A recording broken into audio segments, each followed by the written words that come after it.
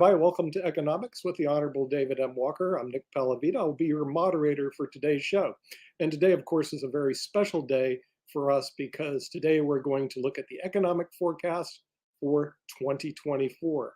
And with that, we have our resident wizard, the CEO of the Stearns Financial Group, a billion-dollar-plus money manager in the state of North Carolina, a graduate of the University of South Florida who I actually went to college with billions of years ago, but we won't discuss that.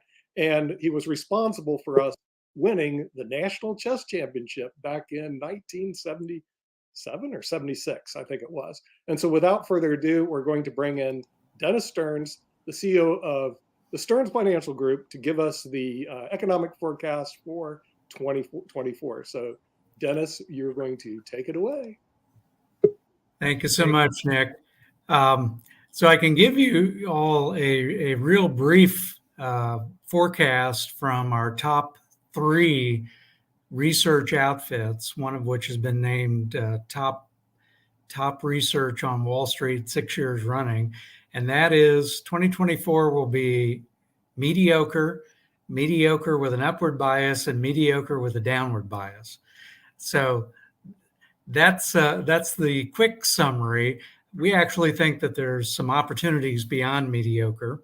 And I wanted to start out with this want to lose your money, listen to millionaires, because I think it's really instructive what was talked about on CNBC in November of 2022. Everybody remembers 2022 as the 100-year flood, when both stocks and bonds both had a terrible, terrible time of it. And so what ended up happening is that the CNBC, is it showing up here on the, that's interesting. So it's not advancing.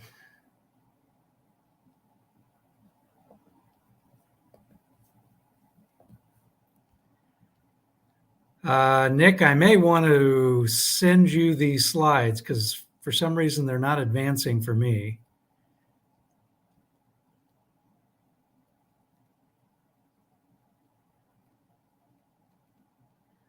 Yep, I am frozen. So let me send you these, and I will continue discussing them in the meantime.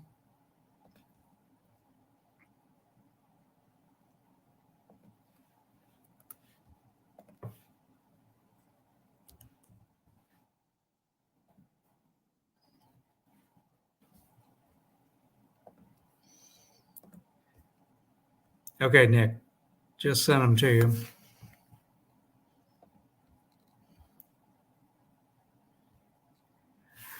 And so the CNBC study back in 2022, they asked millionaires, what do you think is going to happen in the coming year?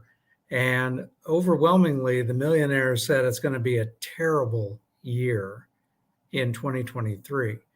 And of course, it wasn't a terrible year, but there were a lot of things that could have gone wrong, from the banking crisis early on, predictions of a recession, probably the most predicted recession in U.S. history that never arrived, predictions of all kinds of problems with politics. And of course, there were all kinds of problems in politics, but we did get a debt resolution that moved the ball forward. Now it's just kicking the can down the road, but that crisis was averted.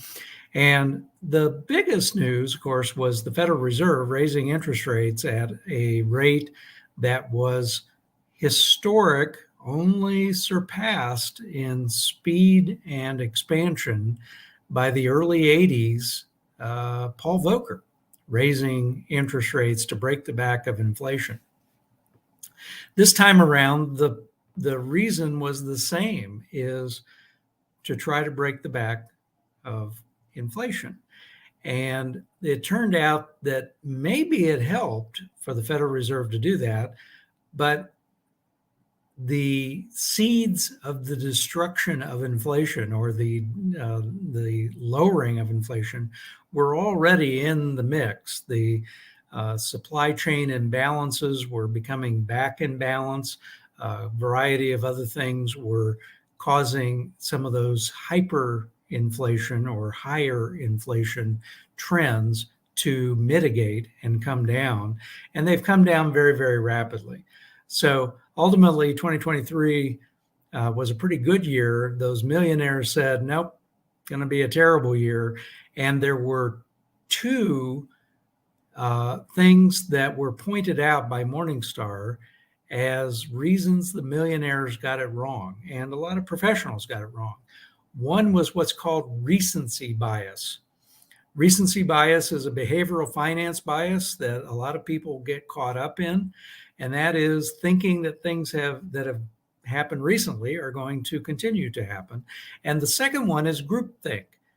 Now, what's interesting is, you know how everybody who drives will say, oh, I'm a better than average driver. Well, everybody can't be a better than average driver.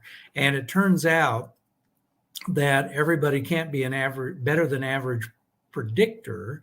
And the groupthink, recency bias, those two things, people say, no, I'm not subject to that. And then they have become subject to that. So it's been a very interesting time with behavioral finance, and we're seeing it again for 2024 forecasts. So uncharted investment waters, the reason that I use this title about Magellan lost 2/3 of his ships and died unexpectedly sailing in uncharted waters is that Ferdinand Magellan made a lot of mistakes. Now, he's heralded as circumventing the world. He didn't quite make it before he died, but pretty much made it. And the problem is that he made mistake after mistake along the way. And actually, some of the things that happened, he got lucky. Now, again, I give him credit where credit is due.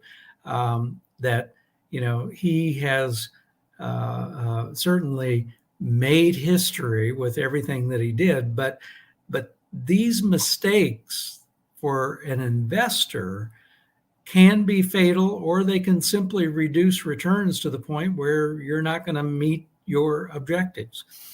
And then this third one, wishful thinking. Wishful thinking could also be overconfidence. And this is something that we see happen all the time. It is particularly a problem in the male species, overconfidence, and it pops up in all kinds of places. And so again, these are things we just need to be aware of. And guess what? Investment mistakes, over 1/3 of investment mistakes are made because of behavioral finance issues. So here is that slide about the Fed, one of the fastest, steepest hikes in history. And again, that dotted blue line is where we are now. That red line, which makes you catch your breath, is that early 80s Paul Volcker breaking the back of inflation. By the way, almost broke the back of the economy. We had back-to-back recessions. So that was a shock to the system. Well, that dotted blue line is a shock to the system as well. And we haven't seen all those shocks in play yet, amazingly enough. So if we go to the next slide, what you'll see is that there's some pretty interesting analysis done by a couple of Fed guys on the lagged effects of tighter money policy. And so whether you're talking about the GDP, the economic growth, being a bit slower than would be normal, probably not a recession, although that's still a possibility, as some sort of mild recession in 2024. But definitely 2024, you'll see from these charts some downward pressure of this tighter monetary policy. The good news is that if you look at these charts over towards the right-hand side of the charts, you'll see that the potential for improvement is there. And this has turned out to be a very resilient economy. And so if we go to the next chart, what moved markets in 2023? Again, a lot of things that could have been things that go bump in the night. Some of those scare events ended up being crisis averted. Now, again, some of them may be crisis can kick down the road. But what ended up happening is that we had a year where things got better. And just a reminder, stocks, I know they can be odd at times in their movement, but stocks almost always have their best result when things go from bad to a little less bad. I know everybody would like it if they went from bad to good, because then we could say, oh, all the flags are flying green and we don't have any big scary things going on. But by then, stocks have already made some of their biggest moves. And that is a conundrum for those who don't have high risk tolerances or intestinal fortitude. It's also a conundrum for retirees, because retirees, many of whom are going to have a longer retirement than the previous generations, they generally need some stocks in the equation to keep their growth over inflation going, but it can be a bit of a scary proposition. Next slide. And, this shows on the left-hand side what some of the consensus predictions were for 2023. This is a good reason to take consensus predictions, whether they're millionaires or professionals, with a grain of salt. And what actually happened, which is the big green bar, and then the blue bars are the prediction for this coming year. And so on the economy, we actually agree with this, that the economic growth will be more muted, will be less robust in 2024 than it was in 2023, but still not terrible. And from a stock market viewpoint, that lower right one, we actually think that is a bit too pessimistic as far as what stocks could do in this coming year. Next chart. So the 2023 stock and bond returns, again, 26% for the S&P 500, one of those more extraordinary years. International, no slouch, 15%. And that 15% international actually beat the average U.S. stock, and particularly if you remove the Magnificent Seven, those big 7 tech companies. As you can see down below, those Magnificent Seven had a magnificent year. Now, it came off of an awful year in 2022. We're going to look at that in a second. And then the remaining stocks, 13.6%, the other S&P 493, if you will. And then the forward price earnings ratio, not too bad, 15. That's pretty much right on a 25-year average of PE ratios, valuation ratios for stocks.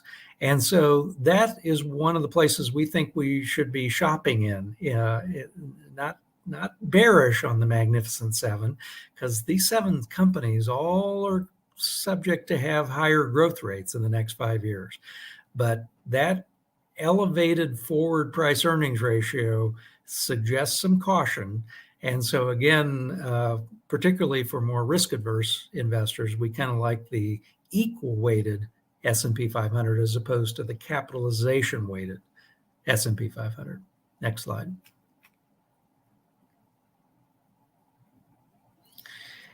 And so, again, how great was the year last year? Well, this goes back a long ways and looks at what stock returns are year by year. And you will note that last year was on that far right-hand side where stocks have a great year. And so, folks talk about the long-term stock average of 9 to 11%. Well, notice how few times it is actually 9 to 11% of the mill. It's usually much better or worse. And again, that's one of the things that drives people crazy about the stock market. One of the kind of key pieces is that note in there that when you have had a year like we've had, generally the momentum spills over into the following year, which would mean 2024. And so it is true, statistics tell us that it is more likely than not that we will get some follow-on tailwinds from the good year of last year. Next slide. So some of the potential headwinds for 2024, the number one here is our biggest one, higher rates for longer, meaning higher interest rates. And there's predictions for anywhere between 3 to 6 interest rate cuts in 2024 by the Federal Reserve. That is somewhat baked into stock values right now. And we're not sure that we're pretty sure we won't get the 6. We're not even sure we're going to get the 3. And it may take longer for the Federal Reserve to actually believe that the inflation fire is out, if you will.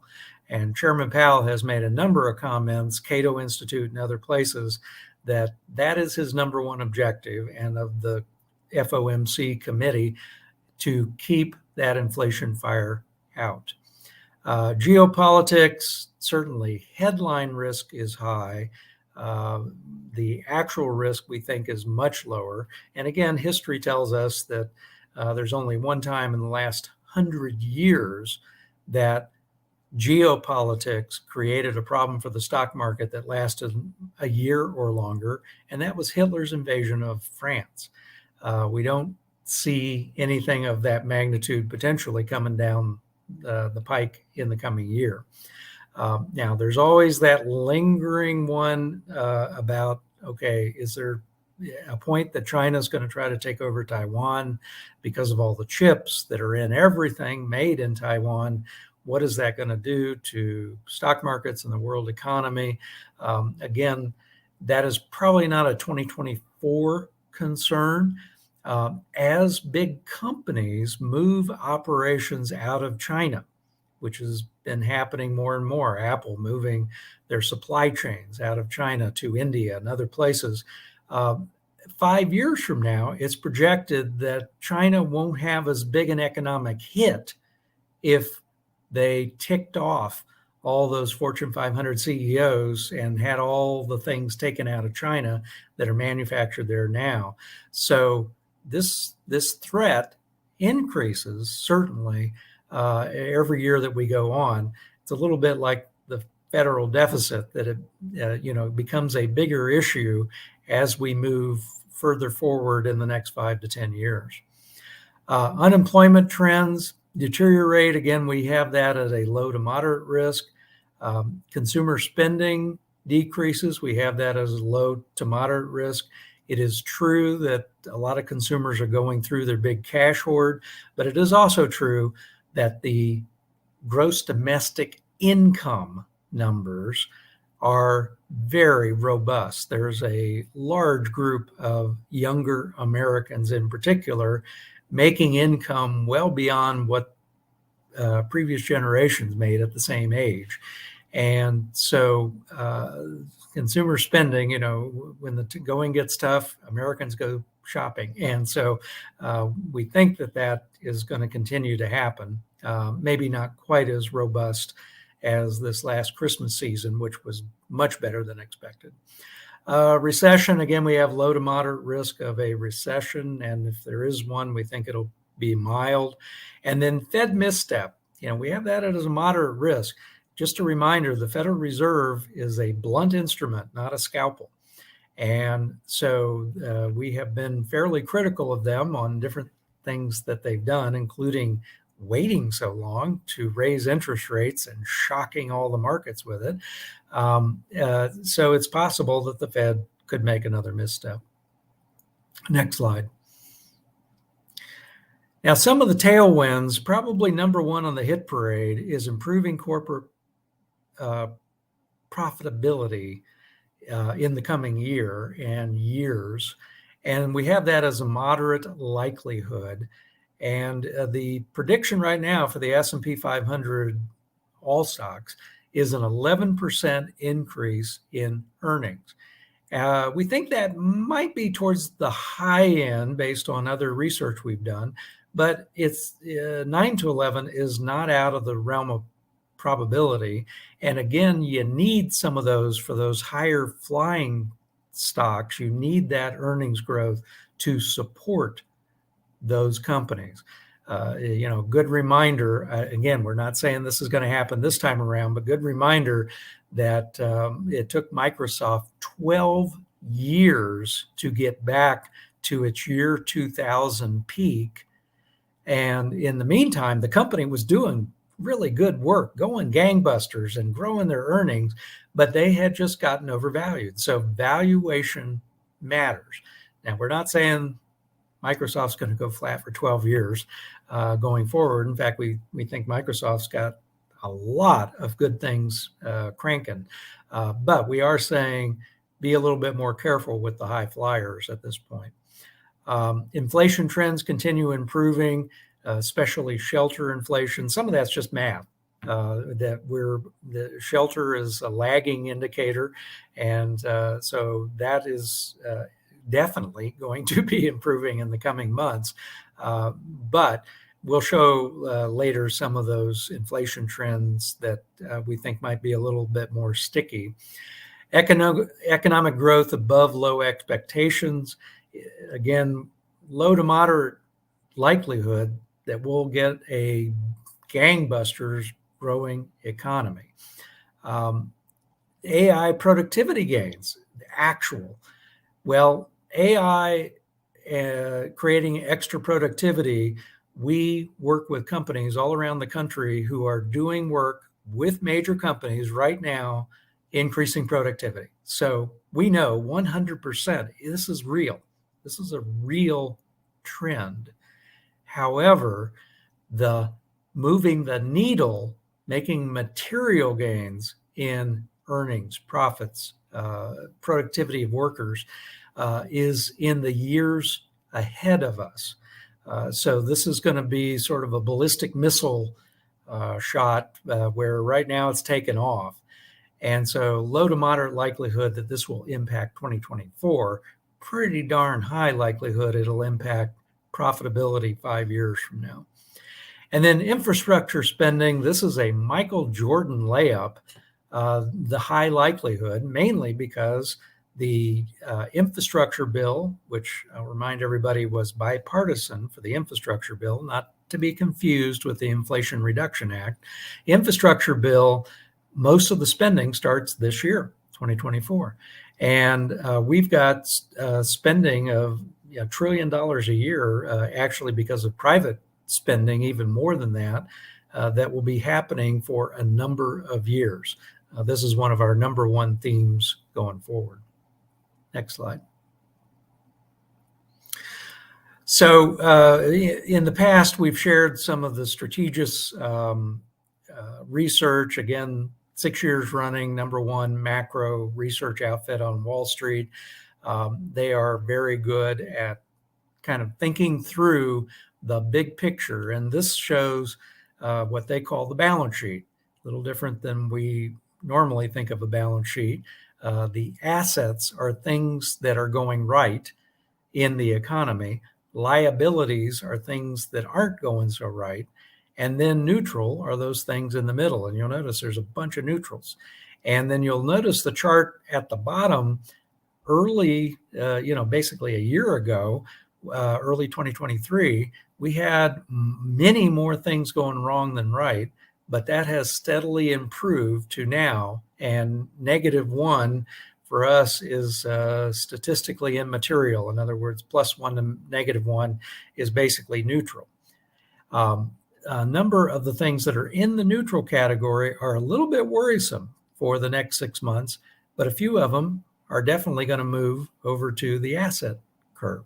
So again, this is one of the reasons why I said at the top of the show, mediocre is the battle cry for the coming year for some parts of the economy. Next slide.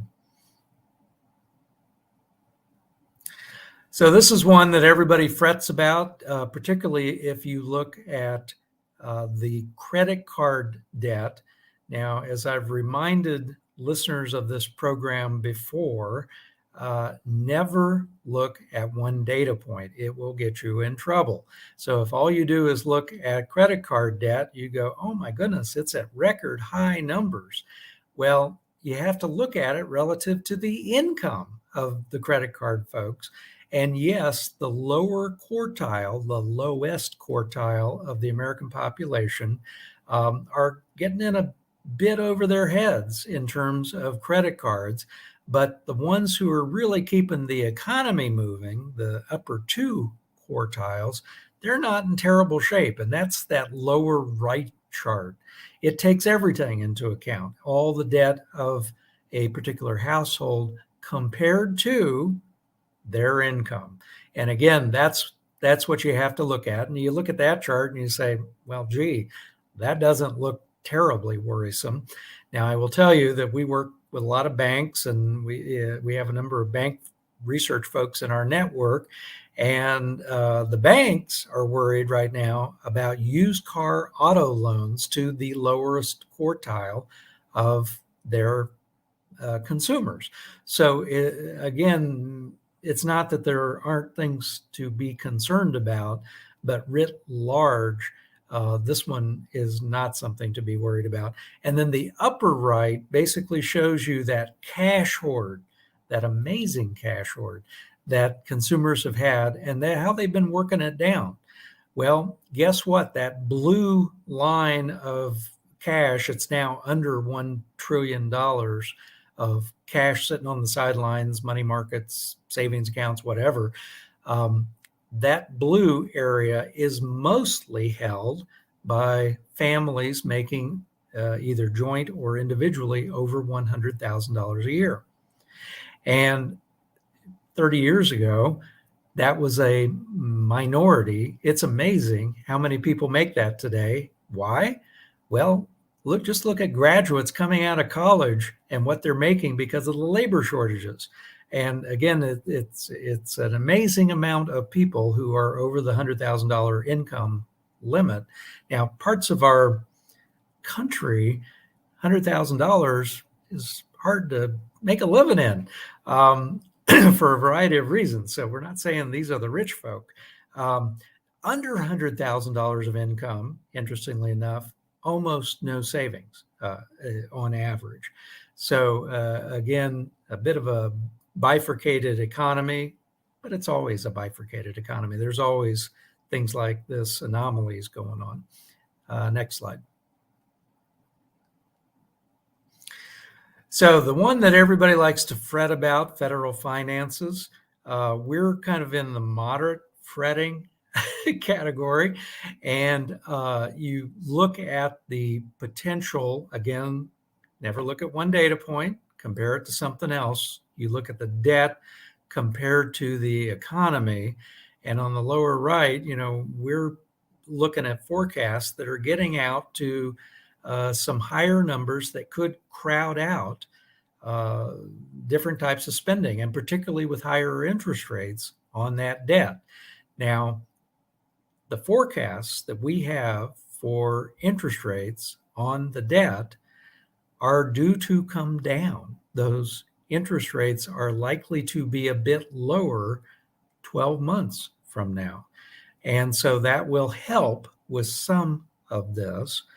Again, it is unfortunate that there was a squandered opportunity by both of the last presidents. So this is an equal opportunity to be upset at both political parties squandered opportunity to refinance some of our debt at lower interest rates and longer maturities. We have a lot of debt coming due, like a third in the next couple of years. And so, again, the good news is that it looks like we will be able to handle it without a crisis. But all of the things that have happened in the last 24 to 36 months have exacerbated this as a potential problem, maybe not in 2024, but certainly sooner rather than later. Next slide.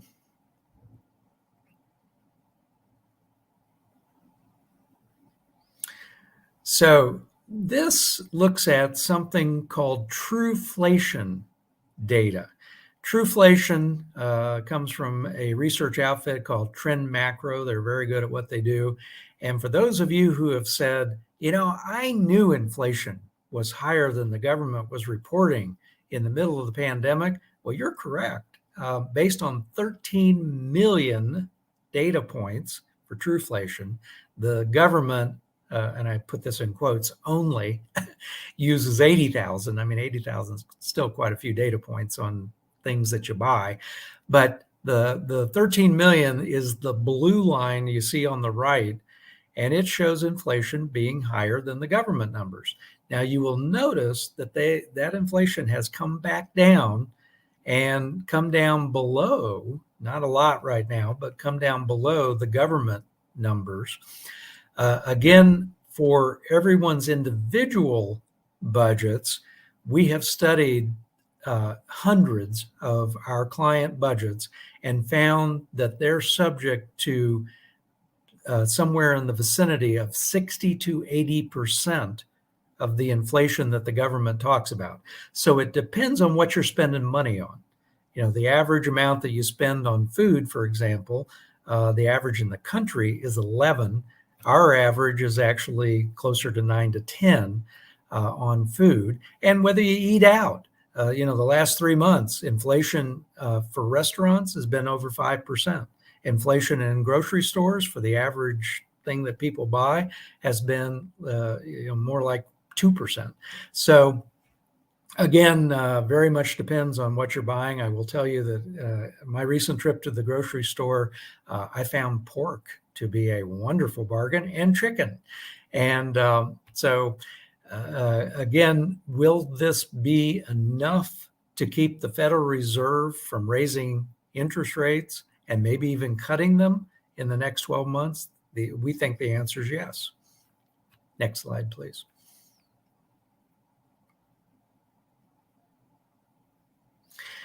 And for an investor, you want to be in the green zone. You don't want to be in the red zone.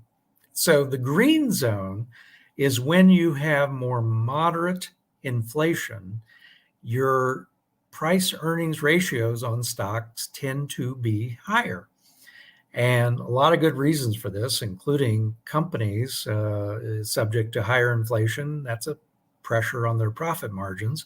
But also in the red zone, you tend to have higher interest rates that can be a competitor, if you will, to stock returns. So we're now back in the green zone. Good thing from an investing viewpoint. Next slide. Now, this just reminds everybody about the Magnificent Seven. So the Magnificent Seven is that gold line. And the fact that the Magnificent Seven had a pretty tough 2022, and then they had a rip-roaring 2023. But math doesn't lie. And when you go down a lot in percentage, you have to come back up a lot more just to get to even. So you'll notice the Magnificent Seven are now above the S&P 493, but not as much above as most might have guessed. And so again, this just gets back to, most people have a core portfolio and they have an explore portfolio. Don't confuse the two of them. The core portfolio, try to avoid these big downdrafts because they will be tough to dig out of. The Explorer, hey, go for it. This is the techno-industrial revolution. We got things going on in the next decade that are going to just knock everybody's socks off. Healthcare, every category is going to have amazing technological improvements and stocks that will benefit, but some of those stocks will be extraordinarily volatile. Next slide. So now we get into a little bit further than the next year. We're looking at a 10-year forecast. This is Bank Credit Analyst, very credible at what they do. What you see on the left column is the past 10 years, pretty good 10 years for a lot of different asset classes. Then you look at their forecast for the next 10 years, and your eye might go directly to U.S. equities, U.S. stocks, as being kind of a mediocre, meh kind of number. And again, that is a nod to where we are with valuations at this point. And if we go to the next slide, you'll see a little more upbeat forecast from our friends at Riverfront.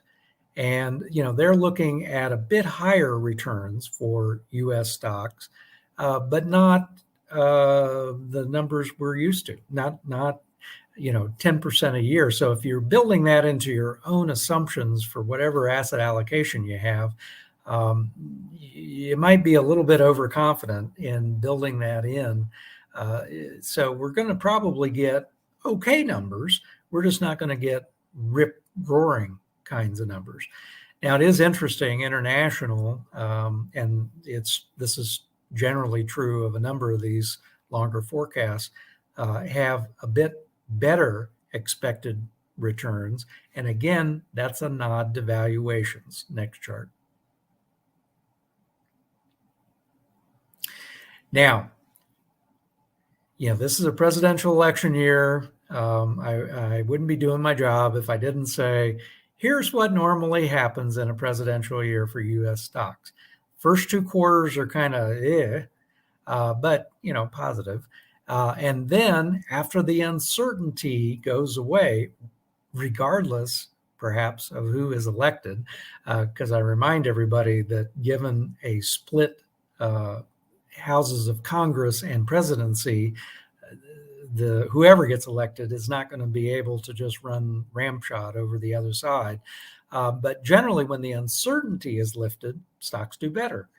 And that is really the main takeaway, because we've had such unusual, uncharted waters the last few years. Literally some things that are 1 in 100-year events that I take this chart with a little bit more of a grain of salt. But I do agree, once the uncertainty is lifted, the stock market should do better. Next slide. Now, this is just a reminder that, we all have these companies that we know and love that perhaps you've made a lot of money on in your investing. The stocks that you may not even know the names of many of them are listed on this, and these are the indexes, much less having an active stock picker looking at different things. There's a lot of really good, solid companies out there that you may not even know what they make or what they do that have good prospects going forward. So again, this is where we would prefer to be fishing in certainly the coming year, but the coming 3 to 5 years. Next slide. And this gets back to that valuation matters piece. International equity valuations on the right-hand side, you can see are generally a third less than the United States, and their earnings prospects are not quite as wonderful, but they're not bad. And oh, by the way, dividends for most of these companies are better than the U.S.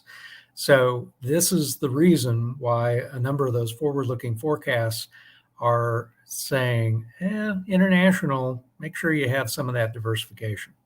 Next slide. All right, this is my number one slide for thinking about diversification for those of you who say, oh, I missed that big S&P 500 last year, or are especially proud of yourselves because you had a lot in the S&P 500. This is a reminder to be a little bit more balanced about that approach. And so you look down over the last 20 years, and you have very few years where you're going to be dancing because of diversification. In fact, many of the years you will be saying, oh, I missed out on the big returns, even though you made fairly decent returns yourself. Well, look at the bottom line. Bottom line is, over this 20-year period, that diversified portfolio has made almost exactly what the S&P 500 has, with a whole lot less Maalox moments, a whole lot less times when you would have been completely frightened out of your mind, particularly if you're retired, if you had 100% in the S&P 500. So I know it's been popular lately to say, oh, diversification is broken. Well, the fact is that we think the new 60-40, 60% stocks, 40% bonds, was the old thing for a retired investor. Rethink that to 60% growth investments. They could be public, they could be private, they could be semi-public. There's a whole bunch of new things available out in the marketplace. So 60% growth and 40% risk mitigating. And no question, bonds are back in town after we had the lowest bond weighting in our history the last decade, because we just weren't making much money on it, and they weren't providing the right kind of defense compared to bond alternatives. Well, bonds where they are now, they're not only making better money, but if we do get a mild recession, they're probably going to do what they did in 08, 09. They will go up while everything else is going down. So again, think of that 40% not as bonds, but think about it as risk mitigating assets. Next slide. So these are some of those things that are different than stocks and bonds. And the transport over on the left, first of all, the size of the bubble represents the size of the yield or the income coming off of each of these. And then the left axis is what the returns have been. And then you see over time, S&P 500 and the bond index is together, the 60-40, compared to this mix. And basically, these alternative assets are really interesting to diversify with in the current environment.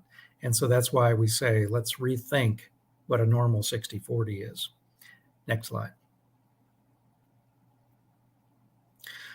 So what do we think are the potential opportunities? Well, for growth and income investors, that usually means retired, but we have a 35-year-old couple who have very low risk tolerance and very good savings, and they can meet all their objectives, being growth and income. So not always, but usually this is a retired individual or couple. And you'll notice we like bonds, particularly intermediate duration. We do believe that one of the biggest traps that's been set up now is having high interest rates on the low end of the maturity curve, the next 6 months, a year, 2 years for CDs, treasuries. And so a lot of folks have loaded up on those thinking they have safety of income. Well, they do have safety of getting paid the income. They don't have safety of the level of income. This trap over the last 20 and 30 years has caught people many, many times. And right now, that trap is laid again. Quality U.S. and international stocks, you'll notice we say focus on good stock pickers. So coming out of 08, 09, we were more indexed oriented, more passive investing in indexes. Today, 7 out of 10 of our top managers are active managers, and we think it's a stock pickers market. Higher quality private credit. This is one that for those folks who can qualify for private credit usually means you have to be an accredited investor. This has been an extraordinarily good area for us for actually a number of years. Infrastructure, I mentioned that before, and you can see a whole bunch of different kinds of infrastructure all look really good. Now, very few of these are going to make, S&P 500 like last year returns 20% plus, but they're going to make really steady 8 to 12 kinds of numbers. And for most growth and income investors, that's good for their core portfolio. Now, for growth investors, we also like quality U.S. and international stocks, and again, focus on good stock pickers. We also add in here quality small cap stocks. There is the potential, growing potential, I might add, for a profit breakout from a number of these small companies. And many of these small companies, including the value companies, which are less richly priced, are tech enabling like we've never seen before. And this is, again, may or may not move the needle big time on earnings in 2024, but the next 3 to 5 years, it is going to create some meaningful tailwinds, that tech enabling. Then for growth investors, private equity, we work with both the biggest ones in the world, as well as niche private equity are all interesting. And venture capital, for those who can afford to splash around in that area, venture capital and private equity both became much more intriguing after the Silicon Valley Bank collapse in 2023 and all the banking crisis, and it created a revaluation. We invested in a great company out in Silicon Valley that the valuation was slashed on this company, even though they had increased their revenue significantly. In this case, we're co-invested with Mark Cuban, the Shark Tank fame, and the prospects for this company are great, and yet we didn't have to pay up for it, courtesy of, thank you very much, Silicon Valley Bank and all the, I will say, not intelligent decisions that their management team made. So for those who can splash around in that area, and again, these are generally higher net worth individuals, take a look at both private equity and venture capital. Next slide. So there we are. That is all that we think could be going on in 2024 and beyond.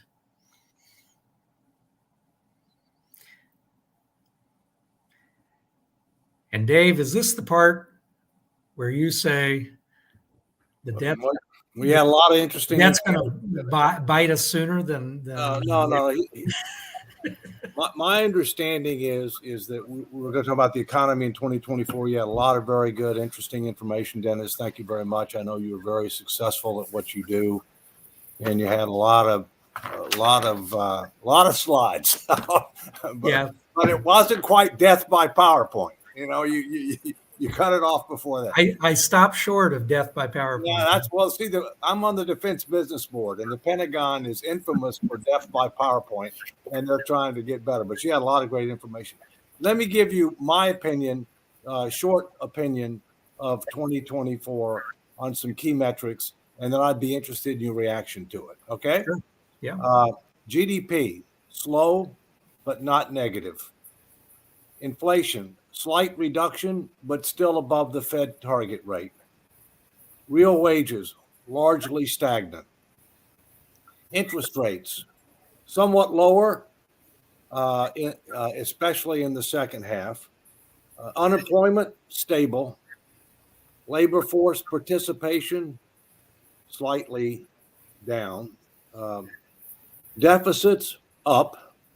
Interest expense for the federal government, up, because the compounding effect of more debt, and we didn't lock in the lower interest rates, so we're rolling over debt at somewhat higher interest rates.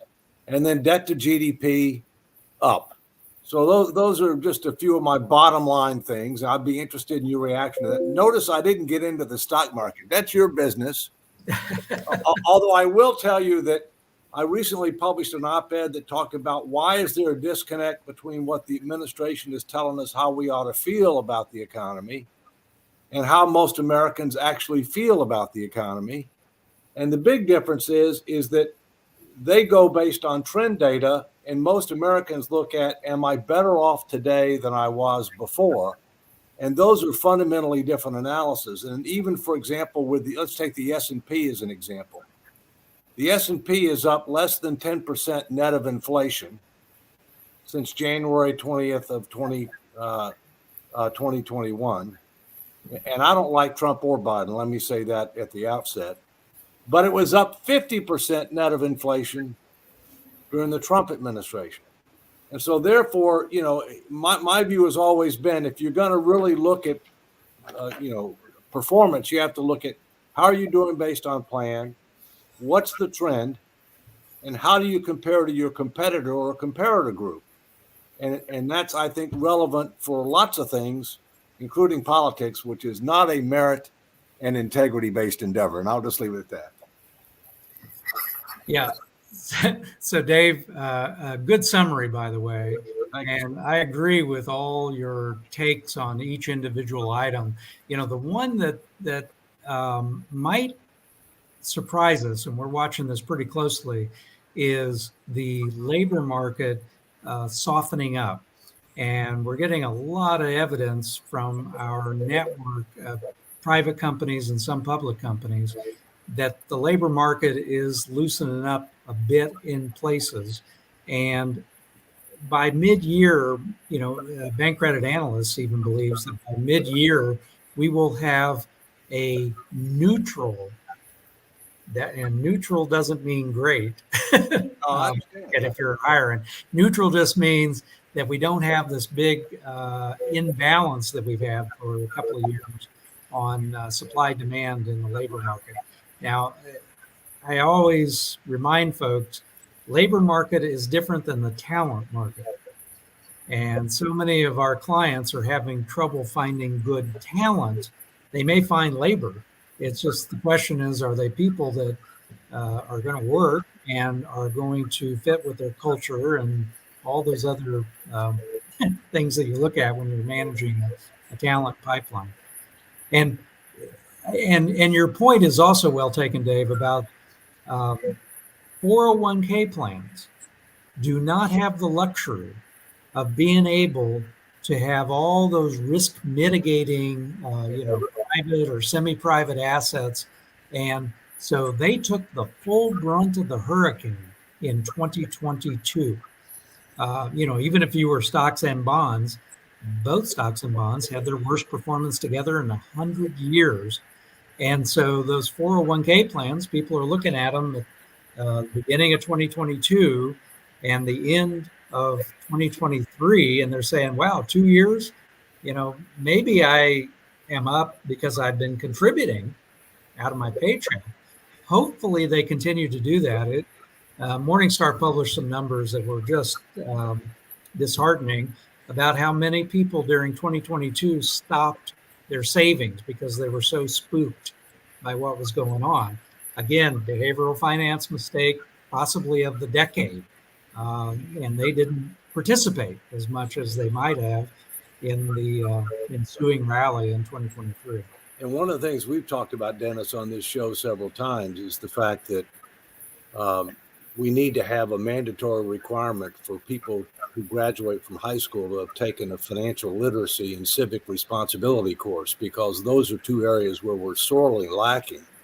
And it's especially relevant when you're dealing with people who are most of their retirement savings are in defined contribution vehicles, and more of them are also being given the opportunity for participant-directed investments. Yeah. Well, and I agree wholeheartedly with that. In fact, our firm, we have sponsored a book to all 6,000 elementary school fifth graders in our county that is on financial literacy. And it's not just handed out, it's actually a class that is taught in those elementary schools. We have done middle school financial literacy and partnered with Junior Achievement on that. And we are doing high school financial literacy. In fact, one of our partners is teaching those courses to 11th graders. And by the way, I can report that all across the board, we're seeing better thinking about money than we might have expected. I don't know that that's coming from their parents. I would hope in some cases maybe it does, but I think that's coming from the fact that with all the issues on social media, and I have a long list of grievances against social media. There's a lot of things that kids seem to be learning about. Hey, the mistakes that maybe my parents made and how to avoid them. So maybe a little silver lining there. Well, I know we're getting to the end of the time, but let me just say they're definitely not following the bad example of the federal government. That's good. Thank you, Dennis. Really appreciate it. You had a lot of valuable information. Nick. Thank you. I was going to say, David, I don't see how you can follow the example of the federal government. Nobody on this panel can get 34 trillion in debt. That's well, you just have to take off a few zeros. I mean, when you're showing the federal government, you have to eliminate a bunch of zeros. And when you do it that way, it actually communicates very effectively to the individuals. You take in this much revenue, you spend this much, this is your deficit, you add it to your credit card, this is what the interest is. And believe me, you don't want to follow that. You definitely don't want to follow that. But with that, we do want to thank our viewers from the United States and around the world with economics with the Honorable David M. Walker, our special economics forecast for 2024. So stay safe and be careful. Thanks, Dennis. Good to be with you. Thank you. As always. Thank you. Bye-bye.